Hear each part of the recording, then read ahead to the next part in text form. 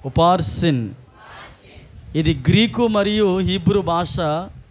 తెలుగు అయితే కాదు, ఇంగ్లీషు కాదు, హిందీ కాదు. యేసు ప్రభువు ఏ భాష మాట్లాడాడో, తండ్రి అయిన దేవుడు ఏ భాష మాట్లాడాడో ఆ భాష ఇది. కొన్ని భాషలు బైబిల్లో ఉంటాయి, ఎవరికి అర్థం కాదు.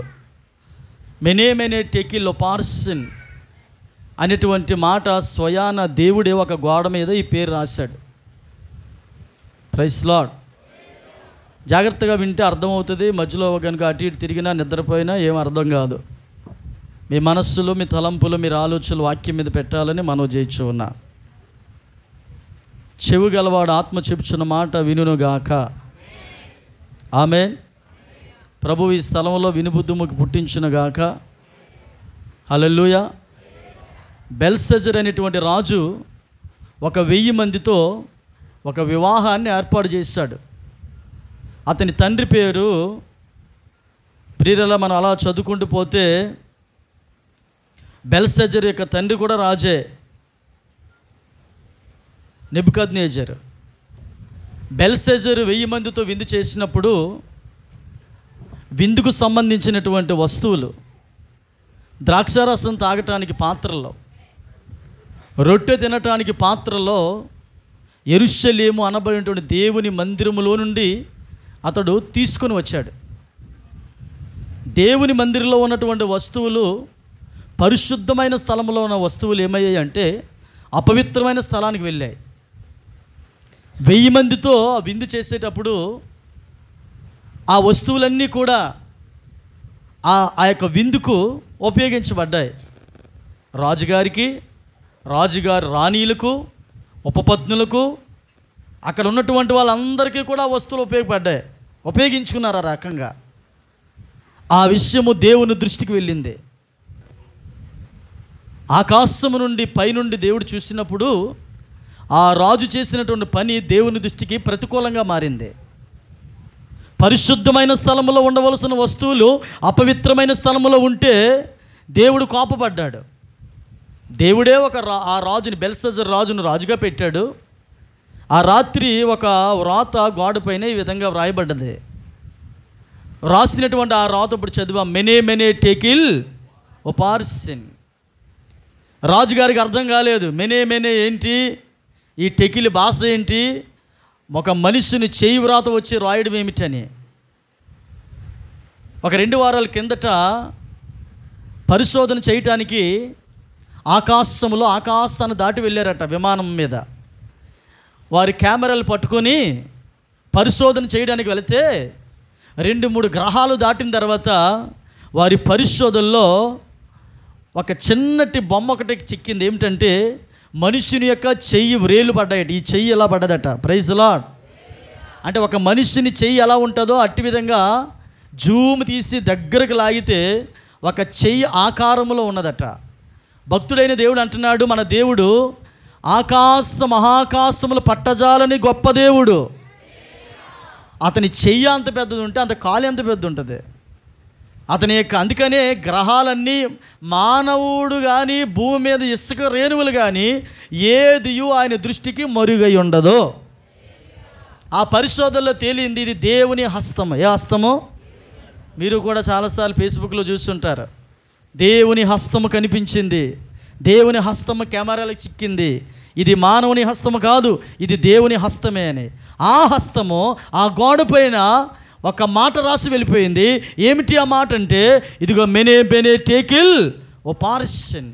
దానికి అర్థం చెప్పడానికి ఆ దేశంలో ఉన్నటువంటి గారడి విద్యం కలిగిన వారు వచ్చారు, మాంత్రికులు వచ్చారు, చదువుకున్న వారు వచ్చారు, విద్యావంతులు వచ్చారు, అనేక మంది ప్రజలు వచ్చారు. ఎవరో కూడా అర్థం చెప్పలేకపోయారు. కానీ అందులో ఒక వ్యక్తికి ఇన్ఫర్మేషన్ అందింది. ఏమిటంటే, ఈ అర్థం చెప్పాలంటే ఈ భాష తెలిసిన వాడు ఒకడున్నాడు. అతడు దేవదూతల ఆత్మలు కలిగిన వాడు. అతని పేరే దానియేలు. దానియేలు వస్తే తప్ప ఈ మాటకు అర్థం ఎవరికి తెలియదని దానియేలుని పిలిపించాడు. అయ్యా మీరేనా దానియేలు? అయ్యా నేనేనయ్యా. ఈ మాటకు అర్థం ఏమిటో చెప్పండి. ఈ మాట ఈ గోడ మీద రాసి వెళ్ళిపోయాడు ఒక ఆయన.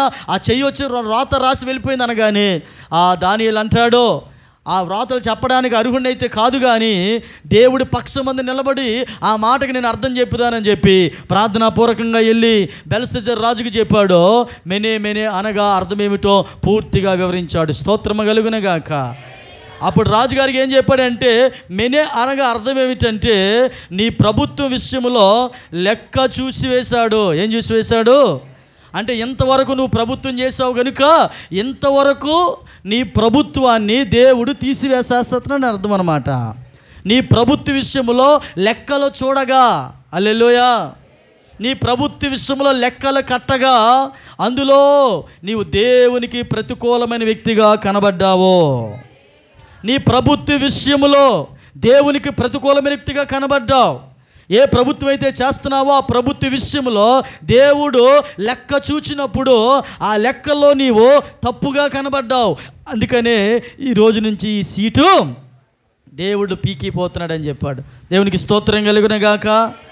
2 చేతులు పైకి స్తోత్రాలు చెబుదామా? ప్రియులారా, నేనేమంటున్నానంటే దేవుని లెక్కలు మనం కట్టడం కాదు, కానీ మనలో మన ప్రతివాని లెక్క దేవుడు లెక్క పెడుతూ ఉన్నాడు. ప్రతివాని జీవితాన్ని దేవుడు రాస్తూ ఉన్నాడు. ప్రతివాని క్రియలు దేవుడు పరిశీలన చేస్తూ ఉన్నాడు. ప్రతివాని ప్రభుత్వాన్ని దేవుడు గమనిస్తున్నాడు. ప్రతివాని ప్రభుత్వాన్ని దేవుడు అబ్జర్వ్ చేస్తూ ఉన్నాడు.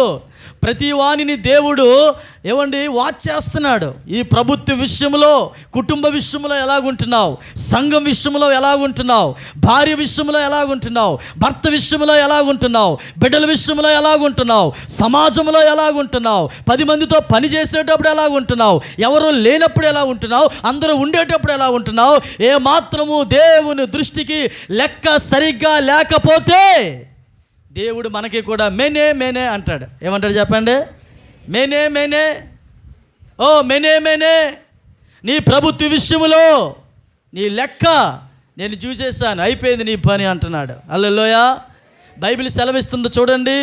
కీర్తన గ్రంథము 90వ అధ్యాయము 12వ వచనములో ఆయన సెలవిస్తున్నాడు. ఏటట 90వ అధ్యాయము 12వ వచనములో, మా దినములు లెక్కించుటకు మాకు నేర్పుము. చాలు, మా దినములు లెక్కించటానికి మాకు నేర్పుము. ఇక్కడ ఎవరైనా గుండె మీద చేసుకొని చెప్పగలరా నేను 100 సంవత్సరాలు బ్రతుకుతానని? పోనీ 90, 80, 70. మోషే అంటున్నాడు 90వ కీర్తనలో, అధిక బలమున్న ఎడల 80, అయినను ఆయాసమే దుఃఖమే. లెక్కెట్టుకొని వెళ్ళండి. రోజులు గడుస్తున్న కొలది మనం సమాధి దొడ్డికి చాలా we are so close to the tomb అనమాట. సమాధి ఆ యొక్క తొట్టికి లేకపోతే పెట్టికి దగ్గరగా ఉన్నట్లే. మా దినములు లెక్కించుట మాకు నేర్పించుము. మా దినములు అయిపోతున్నాయి. 2024 వచ్చేసింది, 25 వచ్చేస్తుంది, 26 వచ్చేస్తుంది. మరొక 10 ఇయర్స్లో ఇదిగో ఇక్కడ ఉన్నటువంటి వాళ్ళందరూ చాలామంది ఉండకపోవచ్చు. కొంతమంది ప్రియులారా రోగం వల్ల మరణించవచ్చు, కొంతమంది ఆర్థిక సమస్యల వల్ల మరణించవచ్చు, కొంతమంది అనారోగ్యం, కొంతమంది ఈ భూమి మీద అకాల మరణాలు సంభవించవచ్చు. కానీ బైబిల్ సెలవిస్తుంది, మా దినములు లెక్కించుట నీవు మాకు నేర్పించుము. బైబిల్ సెలవిస్తుంది, పిండమునై ఉండగా ఆయన కన్నులు ఏం చేసాయట? మనల్ని చూసాయట. మనము దేవుడిని లెక్కలు లెక్కించలేమండి, దేవుడే మన లెక్కలన్నీ లెక్కిస్తూ ఉన్నాడు. ఆయన మనల్ని లెక్కిస్తూ ఉన్నాడు.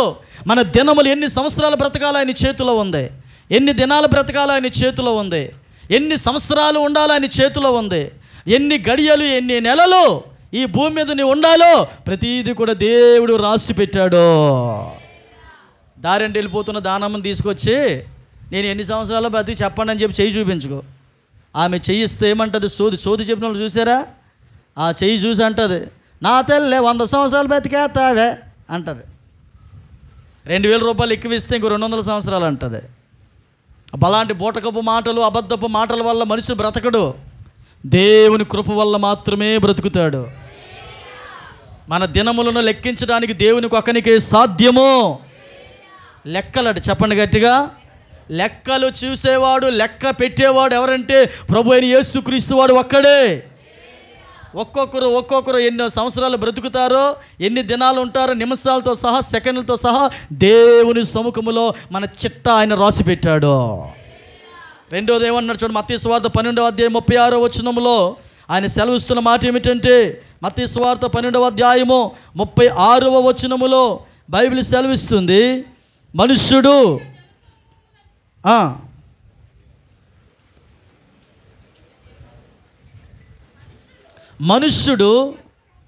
మనుష్యుడు పలుకు వ్యర్థమైన ప్రతి మాటను బట్టి చూడండి, విమర్శ దినమందు లెక్క అప్పజెప్పవలసి ఉన్నది. హల్లెలూయా. 12వ అధ్యాయం 36వ వచనములో వాక్యం సెలవిస్తుంది, నేను చెప్పినదేమనగా మనుషులు పలుకు వ్యర్థమైన ప్రతి మాటను గూర్చి విమర్శ దినమున లెక్క ఏం అప్పచెప్పాలి? లెక్క అప్పచెప్పాలి. నీ అత్తగారి గురించి నువ్వు మాట్లాడిన దేవునికి లెక్క అప్పచెప్పాలి. నీ కోళ్ళ గురించి నువ్వు మాట్లాడుతున్న ప్రతి మాట దేవునికి లెక్క అప్పచెప్పాలి. ఇంటి పక్కల గురించి, ఇంటి ఎదురు గురించి, దైవజనుని గురించి, సేవను గురించి, సంఘాన్ని గురించి, హలో మనందరి గురించి ఎవరైనా మాట్లాడితే, నీ గురించి ఎవరైనా మాట్లాడితే నువ్వు ఎవరికి అప్పచెప్పాలి లెక్క? నీ ఇంట్లో వాళ్ళు కాదు, నీ సేవకునికి కాదు, దేవునికి లెక్క అప్పచెప్పాలి. ప్రతిదీ దేవుడికి లెక్కే. ప్రభువుకి నువ్వు లెక్క అప్పచెప్పాలి. మనుష్యుడు పలుకు వ్యర్థమైన ప్రతి మాటను గురించి కూడా విమర్శ దినమున దేవునికి లెక్క అప్పచెప్పవలసి ఉన్నది. సెల్ ఫోన్లో వ్యర్థంగా మాట్లాడే మాటలు, చాటింగ్లో వింటున్నారా? యూట్యూబ్లో, ఇన్స్టాగ్రామ్లో వ్యర్థమైన ప్రతి మాట, వ్యర్థమైన ప్రతి ఉచ్చారణ, వ్యర్థమైన ప్రతి బూతులు, వ్యర్థమైన ప్రతి సంభాషణ, వ్యర్థమైన ప్రతి ఓడు, ఈ విల్ బ్రింగ్ ద కౌంటింగ్, ఆయన లెక్కలోనికి తీసుకొని వస్తాడు. ఒక ఆయన అంటాడు, అందుకనే కాలు జారితే తీసుకోవచ్చు కానీ నోరు జారితే తీసుకోలేవు. అసలు నోరు పారేసుకోవద్దు, నోరు జాగ్రత్త. ఒకరోజు ఒక ఆమె ఒక ఊరిలో అద్దెకొనడానికి వెళ్ళిందట. 5 నెలలు ఆ ఊరిలో అద్దెకున్న తర్వాత ఈ ఊరు విడిచిపెట్టి వెళ్ళిపోతానని చెప్పిందంట. అందరూ అడిగారట, ఏం వెళ్ళిపోతున్నామంటే, ఊర్లో వాళ్ళు మంచోళ్ళు కాదన్నదంట. ఎవరట? ఊర్లో వాళ్ళు మంచోళ్ళు కాదని చెప్పిందంట. అందులో ఒక పెద్ద ఆయన అన్నాడట, నీ నోరు మంచిదైతే ఊరు మంచిది అవుతుందని చెప్పాడట. నీ నోరు మంచిదైతే నీ ఊరు మంచిది అవుతుందని చెప్పాడట. Praise the lord. మనుష్యుడు పలుకు ప్రతి వ్యర్థమైన ప్రతి మాట విమర్శ దినమున లెక్కలోనికి వస్తాయి. అవి దేహముతో కూడిన మాటలైనా, నోటితో పలికిన వ్యర్థమైన మాటలైనా ప్రభువు లెక్క పెడతాడట. ఎవరు లెక్క పెడతాడో? కొన్నిసార్లు అమ్మా వింటున్నారు జాగ్రత్తగా.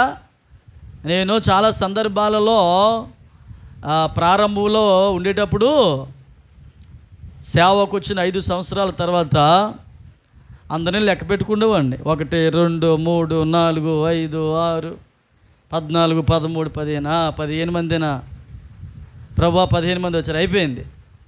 కొన్ని రోజుల తర్వాత వాక్యాన్ని చదువుతుంటే దేవుడు నాతో మాట్లాడాడు, నువ్వెవరిని లెక్క పెట్టద్దు, లెక్క పెట్టలేనంతమందిని నీ దగ్గర తీసుకొస్తాను. లెక్క పెట్టుకో, లెక్క పెడితే పని అవదు, లెక్క పెట్టలేనంతగా. స్తోత్రం కలుగును గాక. ప్రభు అలాగే నాయన అన్నాం. అలా కొన్ని రోజులు అయిపోయిన తర్వాత ఇక లెక్క పెట్టడం మానేశాను. ఇప్పుడు లెక్క పెట్టవలసింది మనుషులు కాదు, పెంచవలసింది సరిహద్దులని అర్థమైంది నాకు. తూర్పుకి, ఉత్తరానికి, పడమటికి పెంచాలి, మనుషులు కాదు లెక్క పడవలసింది. ఎంత అత్యధికంగా స్థలాన్ని పెంచితే అంతమందిని ప్రభు తెస్తాడు. Praise the Lord. ఏటి లెక్క పెడితే పని ఏంటి? ఏటీఎంలో డబ్బులు తీసిన తర్వాత ఎంతమంది లెక్క పెడతారు? లెక్క పెట్టాలి, లేకపోతే 500 రూపాయలకి అయితే అందులో ఉండిపోతే వీళ్ళు కంప్లీట్ ఇవ్వాలి కదా. ఎవరైనా మీకు డబ్బులు అప్పిచ్చిన తర్వాత వడ్డీ డబ్బులు తీసుకున్న తర్వాత లెక్క పెడతాలే లేదా? ఎంతమంది కానుక వేసినప్పుడు డబ్బులు లెక్క పెడుతున్నారు?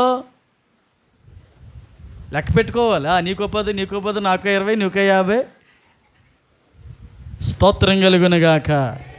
చెప్పండి హల్లెలూయా. కాలు సరి కూర్చోమ్మా. హల్లెలూయా. లెక్క పెట్టుకోవాలి. దేవుడు అంటున్నాడు, లెక్క పెట్టే పని లేదు, నేను లెక్క పెడతా, నువ్వు లెక్క పెట్టవలసిన పని లేదు. నేను కౌంట్ చేస్తాను, నువ్వు కౌంట్ చేయవలసిన పని లేదు. ఇదిగో ఒక ఆయన విషయంలో దేవుడు లెక్క పెట్టాడు, లెక్కల్లో తేలిపోయాడు, అతను కరెక్ట్ కాదని దేవునికి అనిపించింది. వెంటనే ఏం చేశాడంటే అతనికి మెనే మెనే అనేటువంటి వార్తను పంపించాడు. బాబు నేను లెక్క పెట్టేశాను, నువ్వు లెక్కల్లో చాలా తేడా ఉన్నావని.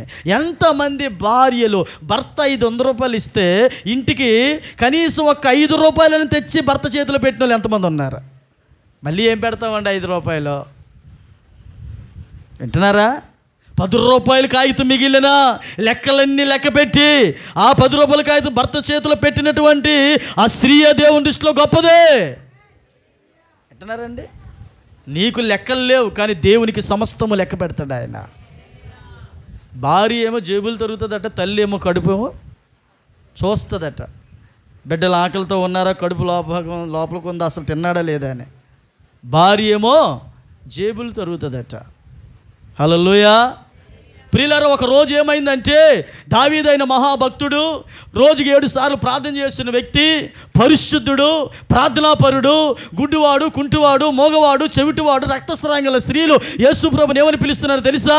దావీదు కుమారుడైనా యేసు అని పిలిచే వ్యక్తి. 40 సంవత్సరాలు ఇశ్రాయేలు ప్రజలను పరిపాలించిన వ్యక్తినట సాతానుడు ప్రేరేపించాడట. ఎవరు చెప్పండి? ఇక్కడున్న వాళ్ళందరినీ ప్రేరేపిస్తారు. దావీదు లాంటి వ్యక్తిని ప్రేరేపించాడు. నువ్వెంత, నేనెంత? మొదటి సామ్యూయేలు గ్రంథం ఒకసారి తెరుద్దాం. అంతకంటే ముందుగా మొదటి క్రోనికల్స్ అంటే మొదటి దినవృత్తాంతాల గ్రంథం 21వ అధ్యాయము. ఒక్క మాట చదువుతాను, తర్వాత అంతా నేను చెప్తాను, జాగ్రత్తగా వినండి. మొదటి దినవృత్తాంతాల గ్రంథం 21వ అధ్యాయము 1వ వచనాన్ని చదువుదాం. తరువాత సాతానుడు ఇశ్రాయేలుకు విరోధముగా లేచి ఇశ్రాయేలును లెక్కించడానికి దావీదును ప్రేరేపించగా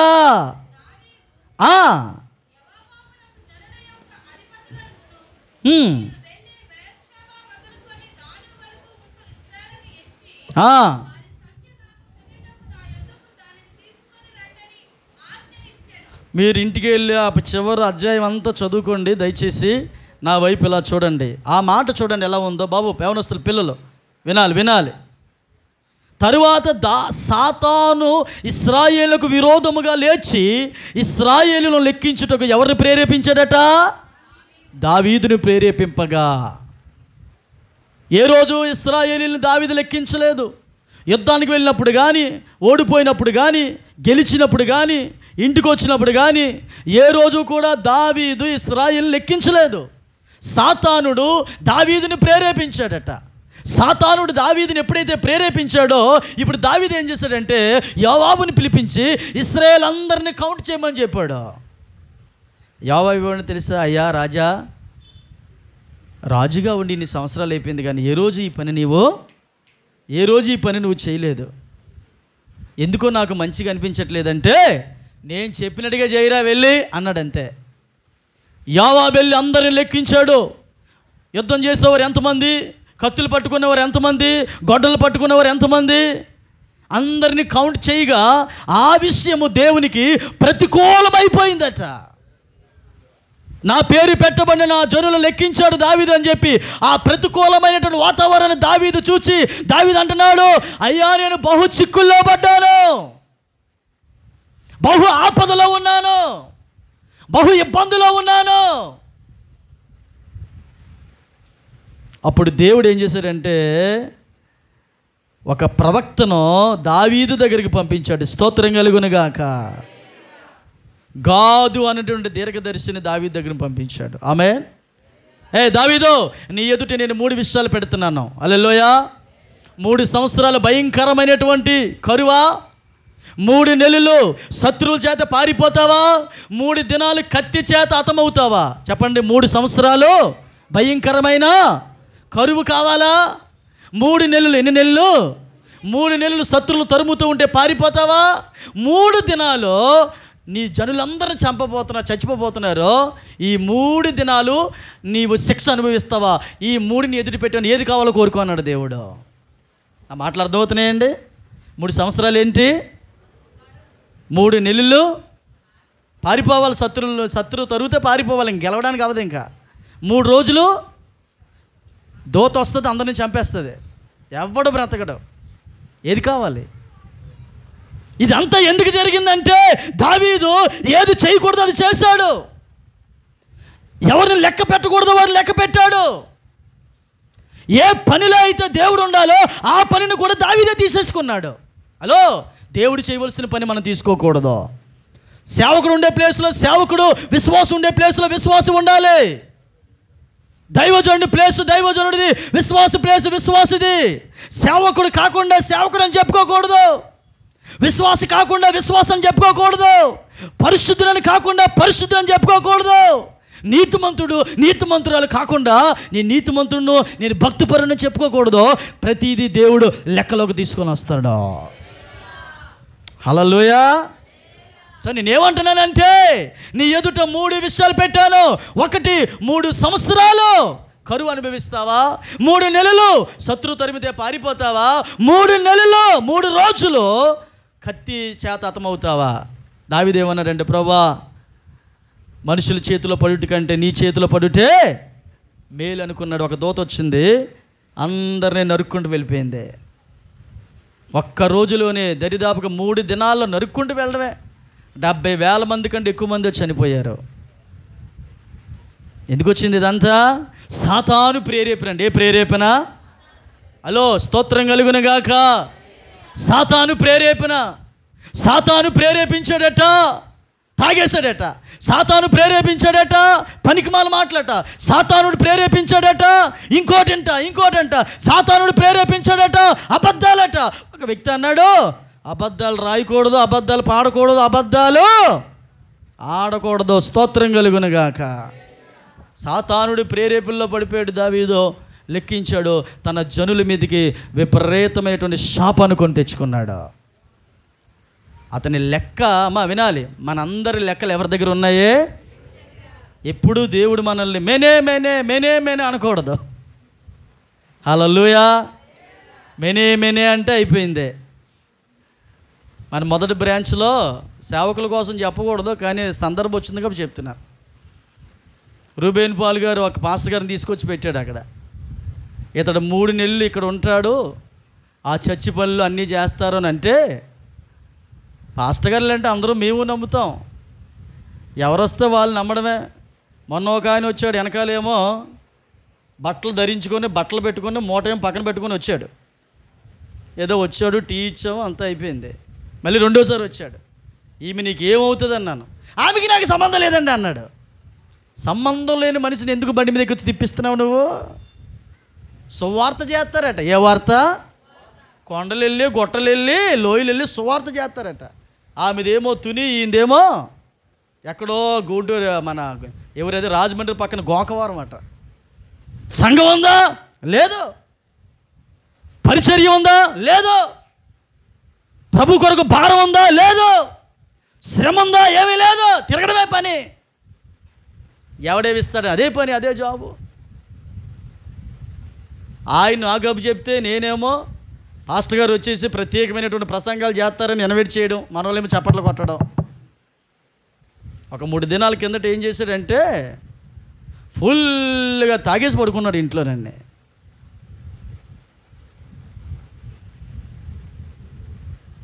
పేతురు గారే మన మధ్యలో ప్రత్యక్ష సాక్షి. ఇలా ఫోన్ చేసి చెప్పాను, అయ్యా ఆయన పరిస్థితి అసలు బాగోలేదంటే ఆయన వచ్చాడు. సేవకుడు అన్నావు, సంఘం ఉందన్నావు, భార్య ఉందన్నావు, కుమార్తెకు పెళ్లి చేశానన్నావు, మాతో పాస్టర్ గారిని పిలిపించుకుంటున్నావు, బలిపీఠాకులే వాక్యాలు ఇస్తున్నావు, నీకు ఏముంటాయో బుద్ధి అంటే తల దించడం తప్ప ఎత్తే పరిస్థితి.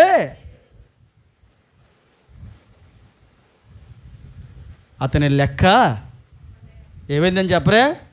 మెనే మెనే అనండి. మెనే మెనే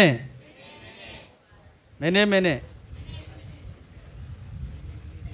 మీకు తెలుసో లేదండి, 17వ తారీఖున ఇక్కడ వాక్యం చెప్తున్న పాస్టర్ గారు అన్నారు, మీలో ఎవరికైనా పెళ్ళి అవ్వలేని వాళ్ళు చెయ్యత్తమంటే ఎత్తడే లేదా? ఏంటి, ఇతనికి పెళ్ళి అవ్వలేదా? నాకు తెలియదు, పాస్టర్ అమ్మ గారు చెప్తున్నారు. ఇప్పుడు ఇతనే చెయ్యెత్తాడేటని. మన వాళ్ళు అబ్జర్వ్ చేస్తారు కదా. రాంబయ్య గారు అడిగారు, పాస్టర్ గారు ఇతనికి అవ్వలేదా పెళ్ళి అని. అతనికి అవ్వకపోవడం ఏంటి, పెళ్ళి అయ్యి కుమార్తె ఉంది, ఆమె కూడా వివాహం చేశాడు. సేవకుడు నమ్మితే నాకు అబ్రహాం మీట్ కావాలన్నాడు. ఏ మీటు? మనకి ఏం పాపం పుణ్యం తెలిసి చెప్పండి, పాస్టర్ గారు అని నమ్మాం అంతే. ఆశీర్వాదం గారు 2 కేజీలు మాంసం కూడా పంపించాడు పాపం. 3 రోజులు ఇంట్లో వండుకొని ఉడకబెట్టుకొని ఉప్పేసి కారం వేసి మొక్క ముద్ద మొక్క మందు ముద్ద 3 మొక్క మందు పేరుకేడు చెప్పండి. అతడు ఎవరిని పడతాలు నమ్ముకుంటూ వెళ్ళిపోకూడదండి. హలో, పంపబడిన వారు వేరు, పిలవబడిన వారు వేరు. ఎవరు పంపకుండా పిలవకుండా జ్వరబడిన వారు వేరు. అక్కడున్న వాళ్ళందరితో అన్నాడట, మీరు ఏం చేస్తారని అడిగితే ప్రత్యేకంగా అతనికి రూమ్ తీసేసి పెట్టారు. మళ్ళీ ఏం చేస్తారని అడిగితే అక్కడున్న వాళ్ళతో అన్నాడట, సాఫ్ట్వేర్ ఇంజనీర్ అని చెప్పాడట.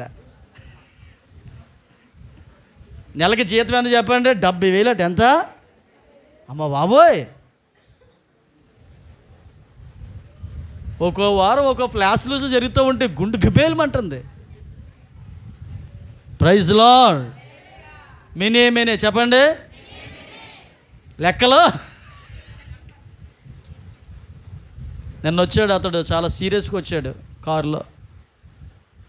నన్ను రమ్మంటే నేనే వెళ్ళాను. అతను పక్కన ఉన్నాడు. ఇతని సీట్ ఖాళీ అయిపోయింది. ఇతనికి మేనే నీకు డబ్బులు ఇచ్చాను, లెక్కలు చెప్పన్నాడు. అన్నీ ఇంకెక్కడ లెక్క చెప్తాడు, అన్నీ అయిపోయి. ఇతను ఒక ఉన్నతమైన ప్లేస్లో పెట్టాలని తెచ్చాడు. స్తోత్రం. కేరళ పట్టణాన్ని తీసుకుని వెళ్ళి ఒక ఉన్నతమైన స్థలంలో ఒక ప్రాజెక్ట్ అతనికి అప్పచెప్పుదామని ఒక దర్శనంతో తెచ్చాడండి. బుర్ర పాడైపోయింది పాపం అతనికి. ఏం చెయ్యాలో మెంటలో అసలు ఏంటి నమ్మాం, విశ్వాసం ఉంచాం. మేనే చెప్పండి. అయిపోయింది. నీ లెక్కల్లో దేవుడు ముగించాడు. దేవుడు ఎన్నో అవకాశాలు ఇస్తాడు. యేసు నామములో అవన్నీ కాపాడుకుంటూ నువ్వు దీవించబడతావు. గట్టిగా 2 చేతుల పైకి స్తోత్రాలు చెబుదామా? ఎవరు పెడతారు? బయలుదేరుతూ ఉంటాం. ఇంట్లో కూర్చొని దగ్గర కూర్చొని టీ కావాలా, కాఫీ కావాలా, బూస్ట్ కావాలా, హార్లిక్స్ కావాలా, గుడ్డు ఉడకబెట్టమంటారా, మరి ఉప్మా చేయమంటారా, అందులో జీడిపప్పు వేయమంటారా, కూర్చోండి అనే సన్మానాలు ఇవన్నీ చేస్తే వినండి, తర్వాత చూపిస్తాడనమాట అతను ఏటా అన్నది. బైబిల్ సెలవిస్తుంది ప్రియులారా, గద్దించేవాడు, హెచ్చరించేవాడు, నచ్చజెప్పేవాడు, ఆదరించేవాడు నీకంటూ ఒక సేవకుడు ఉన్నాడు. అతని వాక్యంలో పెరిగితే నువ్వు దీవించబడతావు. స్తోత్రం చెప్పండి. ఎప్పుడు కూడా వాక్యం మీద మన జీవితం కట్టుకుంటే మనం పడిపోము. ఎంతమంది ఎంత భయంకరమైన గాలి వేసినా, ఉపద్రవాలు వచ్చినా నేను ఏమీ చేయనేరవో. దేవుడు నమ్మదగిన వాడు. నిన్ను లెక్క పెట్టేటప్పుడు, నిన్ను గమనించేటప్పుడు సైతాని చేత ప్రేరేపించబడొద్దు. సాతానుతో నీవు సాంగత్యంలోకి వెళ్ళిపోకూడదు. ఒకవేళ అదే జరిగితే మాత్రము పూర్తిగా ఏం చేస్తాడంటే దేవునికి లెక్కలు ఉన్నాయి. ఎవరికి లెక్కలో? అబ్రహామును ఆశీర్వదించినప్పుడు ప్రభా ఎలా ప్రభా ఆశీర్వాదం అన్నాడు అబ్రహాము. అప్పుడు ఏమన్నాడు తెలుసా అబ్రహాముతో దేవుడు? ఆకాశ నక్షత్రాలను నీవు లెక్క పెట్టవాలా? Did you count the stars of the sky? ఆకాశంలో ఉన్నటువంటి నక్షత్రాలను కౌంట్ చేయగలవా? Did you count the sand on the earth? ఈ లోకంలో భూమి మీద ఉన్న ఇసుక రేణువులను నీవు లెక్క పెట్టగలవా? అంతకంటే అధికముగా నీ సంతానం నేను వర్ధిల్ల చేస్తాను. దేవునితో సబాస్ అనిపించుకోవాలి తప్ప మేనే అనిపించుకోకూడదు. ఎంత పని చేసావయ్యా బెల్షెజరు? ఎంత పని చేసావయ్యా? ప్రభు దగ్గర క్షమాపణ ఉంది, ప్రభు దగ్గర విధేయత ఉంది, ప్రభు దగ్గర ఫర్గివ్నెస్ ఉంది. అయితే ప్రియులారా, అందులో నుంచి పూర్తిగా బయటకు రావడానికి దేవుడు మనకి ఇచ్చినటువంటి అవకాశాలని ఉపయోగించుకోవాలా? సాతాను ప్రేరేపుల్లోనికి వెళ్ళిపోకూడదు. ఆమేన్ అనండి. మేనే అనండి. అంటే దేవునికి ప్రతిది దేవుడు లెక్క పెడతాడు, మనం లెక్క లెక్క పెట్టకూడదు. చెప్పండి, లెక్క నేను పెట్టను, మీరు కూడా చెప్పండి అమ్మా.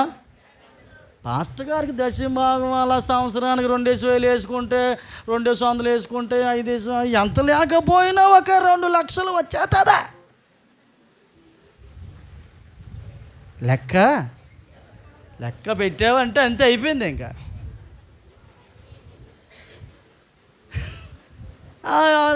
ఎంత 50, 60, 70 ఉంటుంది. మరి ఉండదా? నువ్వు ఇస్తే నేను లెక్కెట్టుకుంటాను. దేవునికి స్తోత్రం కలుగునుగాక. చెప్పండి.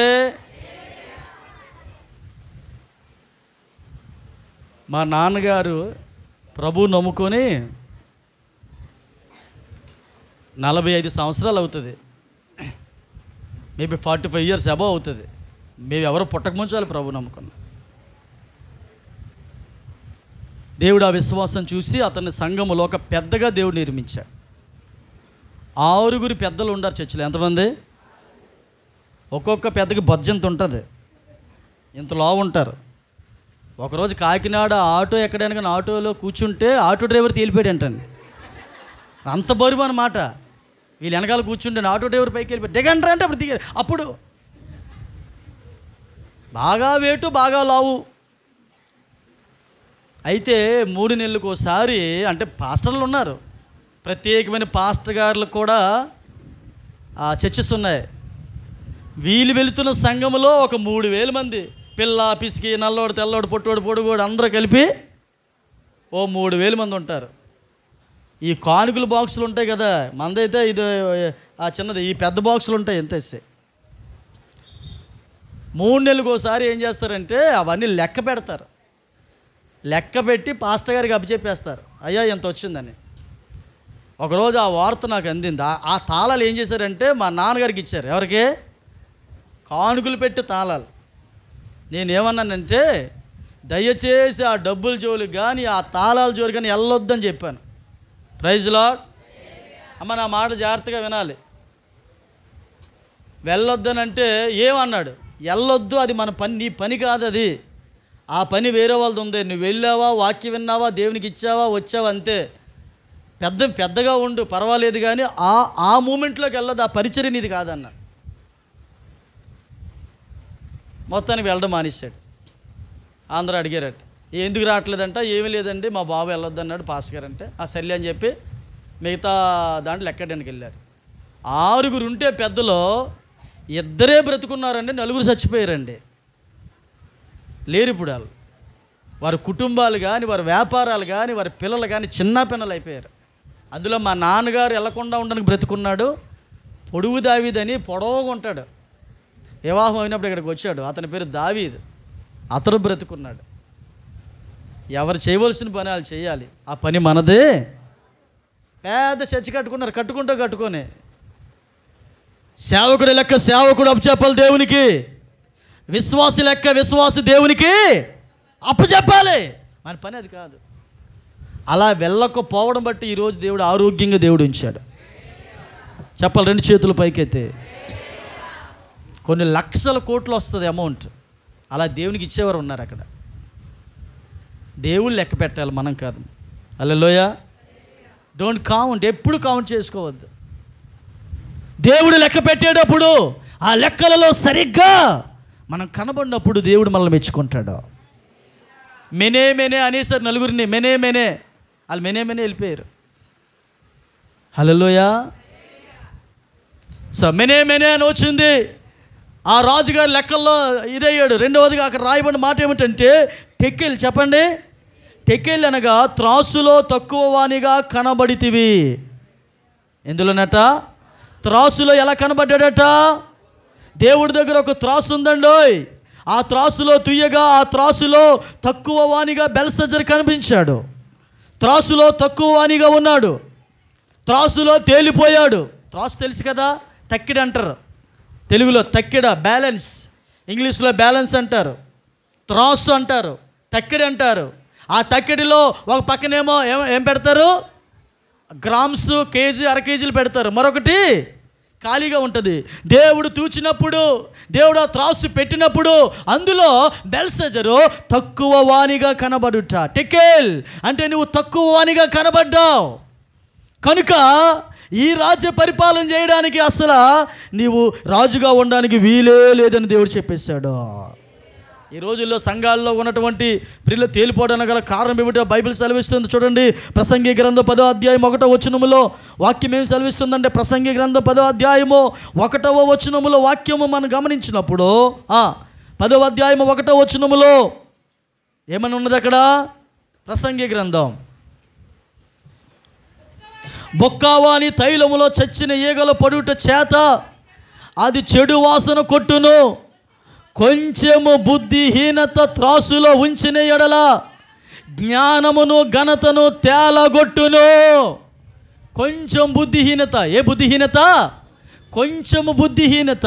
కొంచెం మాట తప్పిపోయినా, కొంచెము భక్తిలో వెనకబడి ఉన్నా, కొంచెం యథార్థతలో వెనకబడి ఉన్నా, కొంచెం ప్రార్థనలో వెనకబడి ఉన్నా, కొంచెము వినాలి జాగ్రత్తగా, ప్రభువులో వెనకబడి ఉన్నా, ఆ కొంచెము బుద్ధిహీనత నీకున్న జ్ఞానాన్ని, నీకున్న ప్రార్థనా శక్తిని, నీకున్న పరిశుద్ధతను, నీకున్న యథార్థతను, నీకున్నటువంటి టాలెంట్ని, తలాంతుల్ని తేలి చేసేస్తుందట.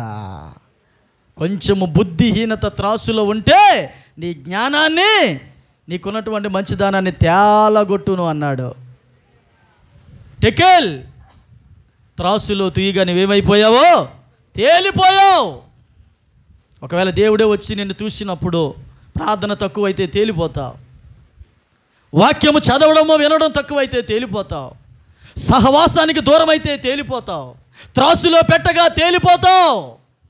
నీ బుద్ధిహీనత బరువు ఎక్కువైపోద్ది, నీ అవిధేయతకు బరువు ఎక్కువైపోద్ది, నీ బద్ధకానికి బరువు ఎక్కువైపోద్ది, నీ స్వార్థానికి బరువు ఎక్కువగా ఉంటుంది. కానీ పరిశుద్ధత, దేవునికి సంబంధించినట్టు ఉన్న చూసారా, ఇవన్నీ విషయాల్లో మనం పెట్టినప్పుడు తేలిపోతామంట. స్తోత్రం కలుగునుగాక. అలాగే 62వ కీర్తన 9వ వచనంలో మాయ గనులైన వారు, చూడండి అక్కడ 62వ కీర్తన 9వ వచనంలో వీళ్ళందరూ తేలిపోయినట్లుగా బైబిల్లో ఉంది. ఒట్టి ఊపిరై ఉన్నారు, గనులైన వారు మాయ స్వరూపులు, వారందరూ ఏమైపోతారట? త్రాసులో తేలిపోవుదురు. గనులైన వారు, ఘనత కోరుకున్నవారు, పొగడ్తలకు అలవాటు పడిపోతున్నవారు. విన్నారా? జాగ్రత్తగా ఆలకించండి. ఘనత కోరుకునేవారు, మహిమ కోరుకునేవారు. పాస్టర్ గారిని ఇచ్చినా కానీ నా కోసం చెప్పలేదు, నా పేరు ఎత్తలేదు, నా పేరు పలుకుతాడేమో అనుకున్నాను, నేను ఎక్కడా కనబడలేదు. నువ్వు ఎక్కడా కనబడట్లేదంటే నువ్వు దేవుని దగ్గర కనబడతావని అర్థం. స్తోత్రం కలుగునుగాక. అయ్యో పాస్టర్ గారు నాకు మర్చిపోయినట్టున్నాడు. లేదు, మర్చిపోయాడంటే దేవుడు జ్ఞాపం చేసుకుంటారని అర్థం. దేవుడి దృష్టిలో నువ్వు ఉన్నావని అర్థం. నువ్వు ఎక్కడా కనబడట్లేదు అంటే దేవుని దృష్టిలో కనబడుతున్నావు అని అర్థం.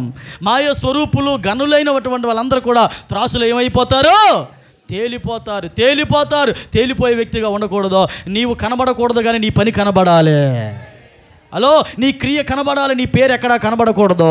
రేషన్ కార్డులో నీ పేరు లేకపోయినా పర్లేదు, ఆధార్ కార్డులో నీ పేరు లేకపోయినా పర్లేదు, అక్కడక్కడ కార్డుల మీద నీ పేరు ఉన్నా లేకపోయినా పర్లేదు, కానీ ఒక పుస్తకం ఉంది, ఆ పుస్తకంలో కంపల్సరీగా నీ పేరు రాయబడాలి. అది జీవ గ్రంథం అనే పుస్తకము.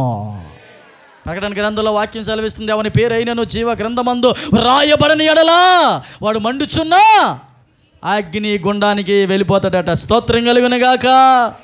అయ్యో, మన పేర్లు ఎంతో ఇచ్చాం, అయినా మన పేరు కనబడలేదే. ఎంతో చేసాం, అయినా మన కోసం చెప్పట్లేదే. ఎంతో దేవుని కోసం ప్రయాసపడ్డాం, ఎక్కడా మన ఊసు కానీ మన పేరు కానీ ఎవరిలో గింగురు మనట్లేదే అనుకుంటున్నావా? అవేవి లేకపోతే నీవే ధన్యుడవు.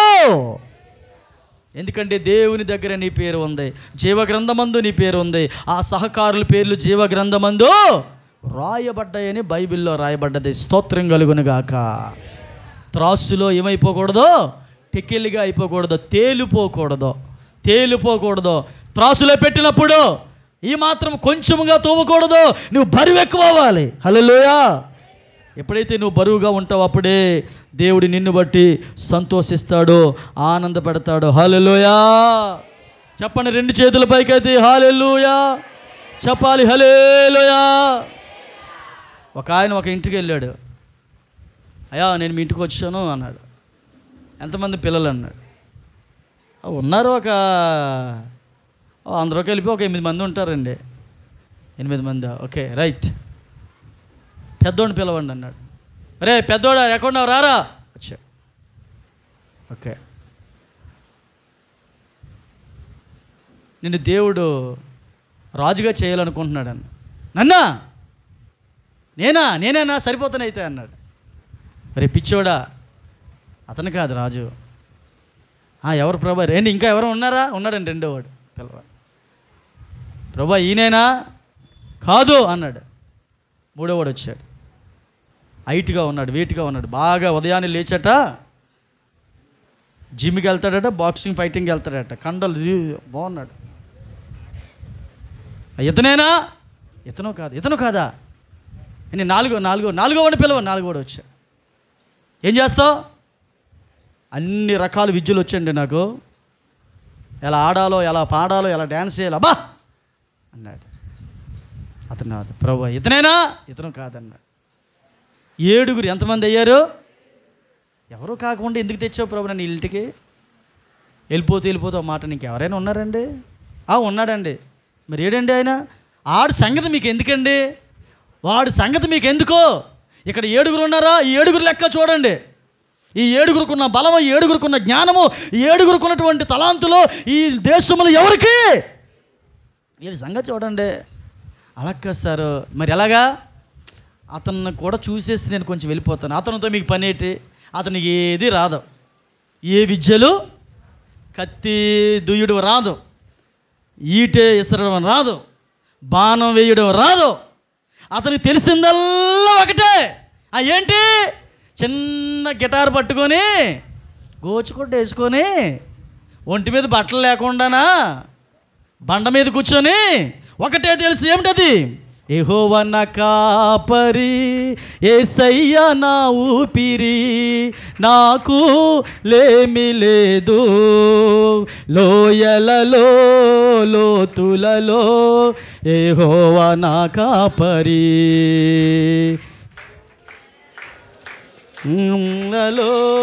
యేసయ్యా నా ఊపిరి, యెహోవా నా కాపరి, యేసయ్యా నా ఊపిరి, నాకు లేమి లేదు, లోయలలో లోతులలో యెహోవా నా కాపరి, సముద్రములో సమరములో యేసయ్యా నా ఊపిరి, పచ్చిక గల చోట్ల పరుండ చేయును, శాంతికరమైన జలముల యొద్ద నన్ను నడిపించును, అర్థం లోయలలో లోతులలో యెహోవా నా కాపరి, సముద్రములో సమరములో యేసయ్యా నా ఊపిరి.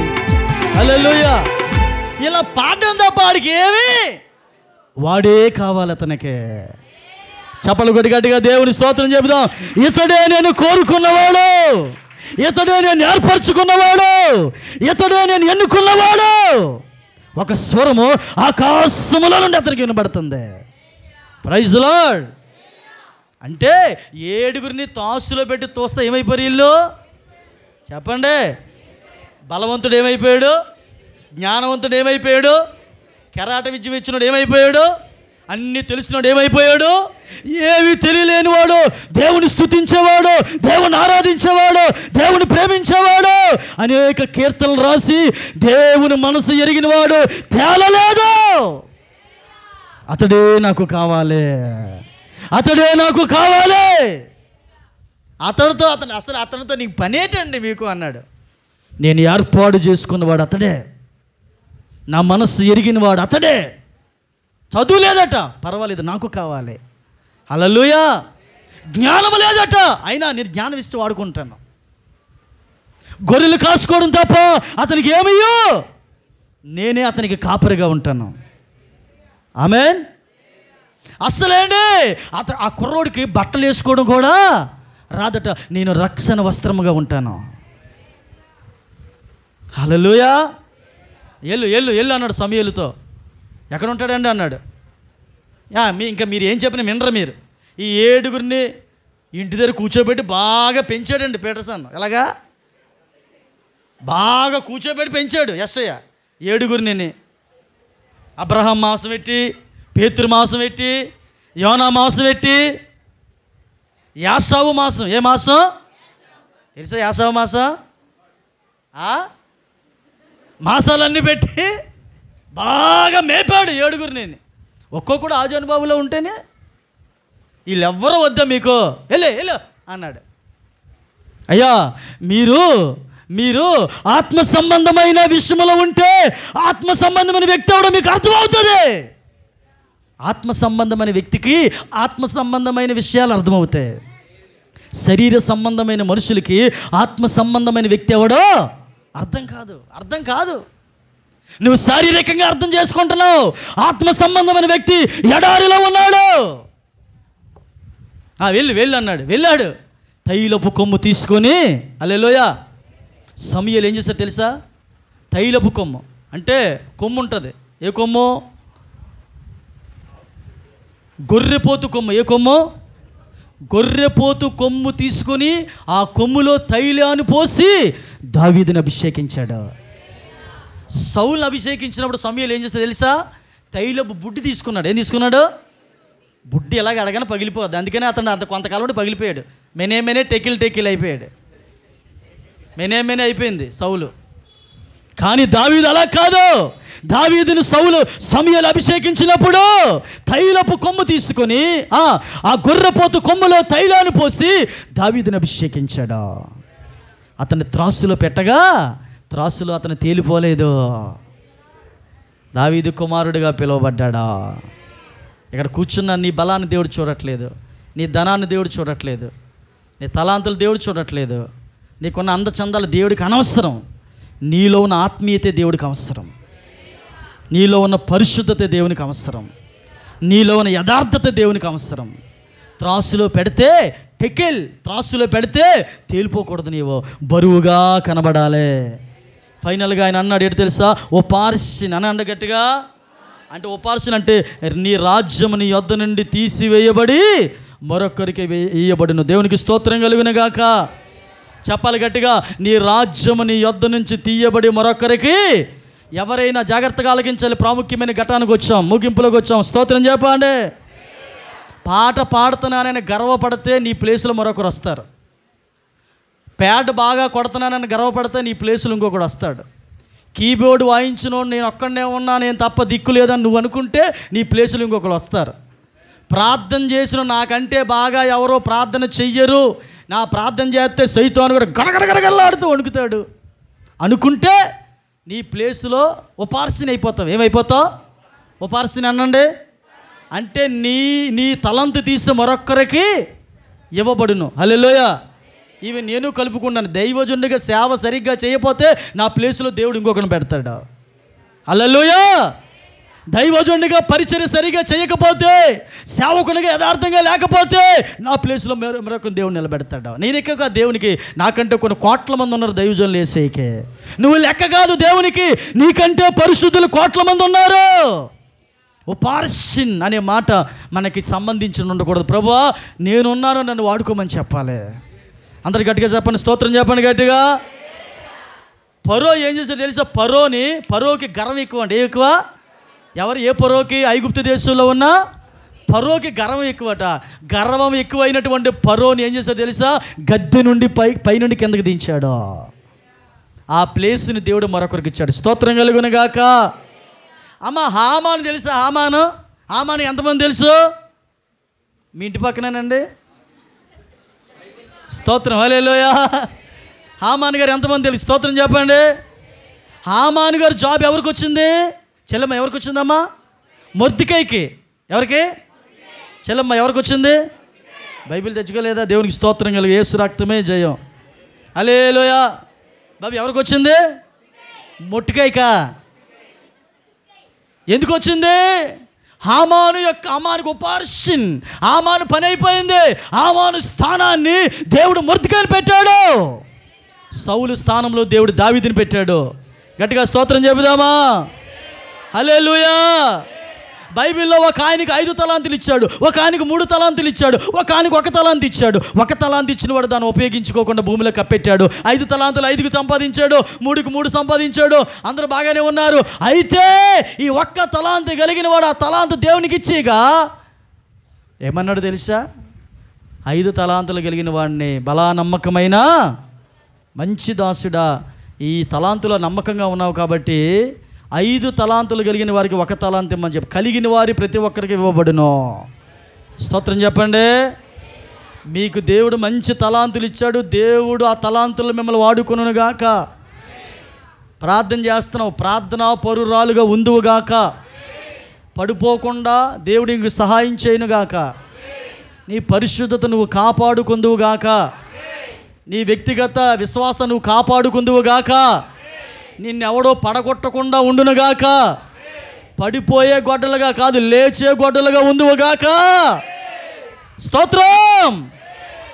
ఇక్కడున్న వాళ్ళందరూ కూడా ఒక్కొక్కరికి 1 తలాంతు ఉంది. అవునా? పాటలు పాడమంటే ఒక్కొక్కరు 10-20 పాటలు పాడతారు. ప్రార్థన చేయమంటే ఉదయం మొదలెడితే సాయంకాలం వరకు అసలు ఒక్క తెక్కకుండా గడగడ అభిషేకంతో ప్రార్థన చేసిన వాళ్ళు ఉన్నారు. అని మీరు పాడండి అని నేను చూసుకుంటానని వాయించే వాయిద్యకారులు కూడా లేకపోలేదు మన దగ్గర. సంగీతకారులు, డప్పులు వాయించే సమూహము, టీము లేకపోలేదు. అవసరమైతే కరెంటు పోయినా పర్లేదని మన దగ్గర కాంగ్ ఉంది, డోలక్ ఉంది, వేసేద్దాం. కొంతమందికి వాయిద్యాలు వచ్చు, పాటలు వచ్చు. స్తోత్రం. 2 తలాంతులు. కొంతమందికి వాయిద్యాలు వచ్చు, పాటలు వచ్చు, ప్రార్థన వచ్చు. ఎన్ని తలాంతులు? కొంతమందికి వాయిద్యాలు వచ్చు, పాటలు వచ్చు, ప్రార్థన వచ్చు, సువార్త చేయడం వచ్చు. ఎన్ని తలాంతులు? కొంతమందికి వాయిద్యాలు వచ్చు, ప్రార్థన వచ్చు, పాటలు వచ్చు, ఇంకేంటి మర్చిపోయాను, సువార్త వచ్చు. అలాగే పరిచర్య చేయడం కూడా. అందరూ వెళ్ళిపోయిన తర్వాత ఇదంతా నేను ఒత్తుతాను, తుడుస్తాను. వచ్చు. ఎన్ని తలాంతులు? కొంతమందికి 1 తలాంతే వచ్చు, 1 తలాంతే వచ్చు. ఏటా తలాంతో? నేను వచ్చానా, పాడానా, వెళ్ళానా, అంతే. ఎవడు ఎలా పోతే నాకు సంబంధం. అయిపోయింది. నీ తలాంతుని బట్టి దేవుడిని దీవించునుగాక. కొంతమందికి ప్రార్థన రాదు, అయినా కానీ ఆ తలాంతు సంపాదించుకుందువుగాక. కొంతమందికి సాక్ష్యం చెప్పడం రాదు, సాక్ష్యం చెప్పడం కూడా 1 తలాంతే. కొంతమందికి రాదు, వచ్చేటట్లుగా దేవుడిని కృపచూపునుగాక. ఎక్కానండి, విశాఖపట్నం వెళ్ళానండి అంటే ఏమీ లేదు, అక్కడ ఏదో ఉందని చూపించడానికి. మరి బస్సు ఎక్కానండి, ఎక్కిన తర్వాత అండి మరి ఎక్కిన తర్వాత టికెట్ తీసానండి, టికెట్ తీసిన తర్వాత మరి అసలు నిలబడ్డానండి, అసలు ఏ సీటు కూడా ఖాళీ లేదండి, అలాగే నిలబడి ఉన్నానండి, అలా ఉన్నానండి. వెనకాల ఒకటి తోసిందండి, డ్రైవర్ మీద పడిపోయానండి. ఆడ స్పీడ్ బ్రేకర్ అడ్డుగా వచ్చిందండి. అలాగండి 3 స్టెప్పులు ఎలాగ ఏమీ లేదు. విశాఖపట్నం వెళ్ళి హాస్పిటల్ చూపించుకున్నాను, డాక్టర్ రిపోర్ట్లన్నీ బాగానే ఉన్నాయని దానికి ఇంటి దగ్గర బయలుదేరానండి, చీర కట్టుకున్నానండి, డబ్బులు చేతే పట్టుకున్నానండి, అప్పుడు చిల్లర డబ్బులు పెట్టుకున్నానండి.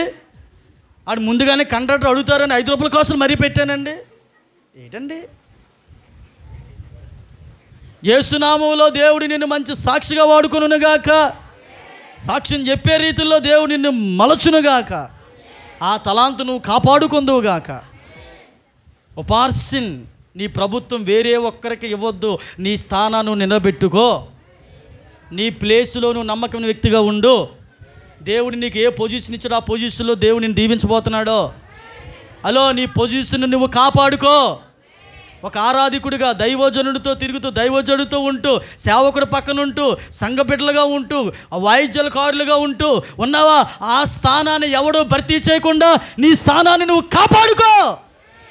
వాక్యము చదివే వ్యక్తిగా, ప్రార్థన చేసే వ్యక్తిగా, వాక్యం అందించే వ్యక్తిగా, పరిచర్య చేసే వ్యక్తిగా, భోజనాలు వడ్డించే వ్యక్తిగా, ఎంగిలి ఇస్తరాకులు ఎత్తే వ్యక్తిగా, సంఘంలో పరిచర్య చేసే వ్యక్తిగా, 10 మందిని ప్రభు దగ్గర తీసుకొచ్చే వ్యక్తిగా నిన్ను పెట్టాడా? ఆ తలంతుల్లో నీవు ఎదుగుదువుగాక. నీ ప్లేస్ వేరేవారు ఎవరికి కూడా. ఒక తీర్మానం తీసుకున్నావు కదా, ఒక నిర్ణయం తీసుకున్నావు కదా, అందులోని గట్టిగా నిలబడు. ఎన్ని ఆపదలు వచ్చినా, కష్టాలు వచ్చినా, ఇరుకులు వచ్చినా, ఇబ్బందులు వచ్చినా, ప్రభా బ్రతికి దినములన్నీ కూడా నీతోనే ఉంటానేసయ్యా. నాకు నీ ఉపార్సన చెప్పదు. ఏ పార్సన? నాకు ఉపార్సన వద్దు ప్రభా, ఉపార్సన వద్దు. బెల్షెజర్ రాజులాగా ఉపహాసం చెప్పావు. నీ ప్రభుత్వం తీసి మరొకరికి ఇవ్వబడును, నీ తలాంతు తీసి మరొకరికి ఇచ్చేసావయ్యా, అతని తాళంతులు మరొకరికి ఇచ్చేసావయ్యా, అతని స్థానం మరొకరికి ఇచ్చేసావయ్యా, అతని పొజిషన్ మరొకరికి ఇచ్చేసావయ్యా, అతని కుర్చీ మరొకరికి ఇచ్చేసావయ్యా. అతని యొక్క పొజిషన్ ఏమిటో అది గుర్తు లేకుండా పోయింది. అలా నేను ఉండను ప్రభా, నా స్థానాన్ని నేను కాపాడుకుంటాను ప్రభా, నా భక్తిని నన్ను కాపాడుకుంటాను ప్రభా, నన్ను నేను నమ్ముతాను, నా కుటుంబాన్ని కాపాడుకుంటాను యేసయ్యా, నా ప్లేసులో నేనుంటాను, 10 మందిని తెస్తాను ప్రభా. మెనే వద్దు. హల్లెలూయా. లెక్కలు పెట్టవద్దు. నీ లెక్క దేవుడు పెట్టాలి కానీ దేవుడి లెక్కలు మనము దేవునికి లెక్కలు పెట్టకూడదు. స్తోత్రం కలుగునుగాక. త్రాసులో చూసినప్పుడు ఏం చేయాలి మనము? తక్కువ వాడిగా మనము ఏమీ లేని దానిలా పరిశుద్ధత, ప్రార్థన, వాక్యము, మారు మనసు, ఏమండి సీతాకోక చిలుకలా కనబడాలి తప్ప గొంగర పులిగిరాని జీవితాలు మనకు త్రాసులో తక్కువ వానిగా కనబడకూడదు. కానీ నీ ప్రభుత్వం మరొకరికి వెళ్ళిపోకూడదు, నీ జాబ్ మరొకరికి వెళ్ళిపోకూడదు, నీ స్థానం మరొకరికి వెళ్ళిపోకూడదు. బ్రతుకు దినములన్నీ కూడా నజరేతు ప్రేట్ చర్చిలో ఒక తీర్మానం, ఒక అడంబడిక చేసుకొని ప్రాణం ఉన్నంత వరకు, నాయనా బ్రతుకు ఉన్నంత వరకు నీతోనే ఉంటాను ప్రభా అనబడిన వారు లేచి నిలబడదాం. అందరూ కూడా మీ 2 చేతులు ఆకాశం వైపు ఎత్తగలిగిన వారు ఎత్తి, యేసయ్యా నీకు వందనాలయ్యా, నా స్థానంలో నేను నీ పని చేస్తాను ప్రభా, నా పనిలో ప్రభా, నీ పనిలో నేను ఉంటాను ప్రభా అని తీర్మానం తీసుకున్నవారు అందరూ కూడా 2 చేతులు పైకెత్తగలిగిన వారు. బెల్షెజర్ రాజు తను లెక్కలు కట్టాడు, దేవుడే లెక్క పెట్టగా లెక్కల్లో తప్పుగా కనబడ్డాడు, త్రాసులో తేలిపోయాడు. వద్దు, మెనే టేకులు ఉపహాసం మనకొద్దు. దేవుడు మెనే అని ఆ రాజుకు చెప్పినట్లుగా నీకు చెప్పకూడదు. యేసయ్యా నీకు వందనాలు ప్రభా, నన్ను వాడుకో తండ్రి, నా పని ఏదో నాకు తెలిసిందయ్యా, నా పరిచర్య ఏదో నాకు తెలిసిందయ్యా, నా స్థానం ఏదో నాకు తెలిసిందయ్యా, నేను ఎలా ఉండాలో ఈరోజు నాతో మాట్లాడినందుకు స్తోత్రములయ్యా. గర్వపడనయ్యా, పరువలాగా గర్వపడను. హల్లెలూయా. 2 చేతులు ఒక తీర్మానం తీసుకుందాం, ఒక నిర్ణయం తీసుకొని ఈ స్థలానికి బయటికి వెళ్దాం. ప్రభువా నీకు వందనాలు.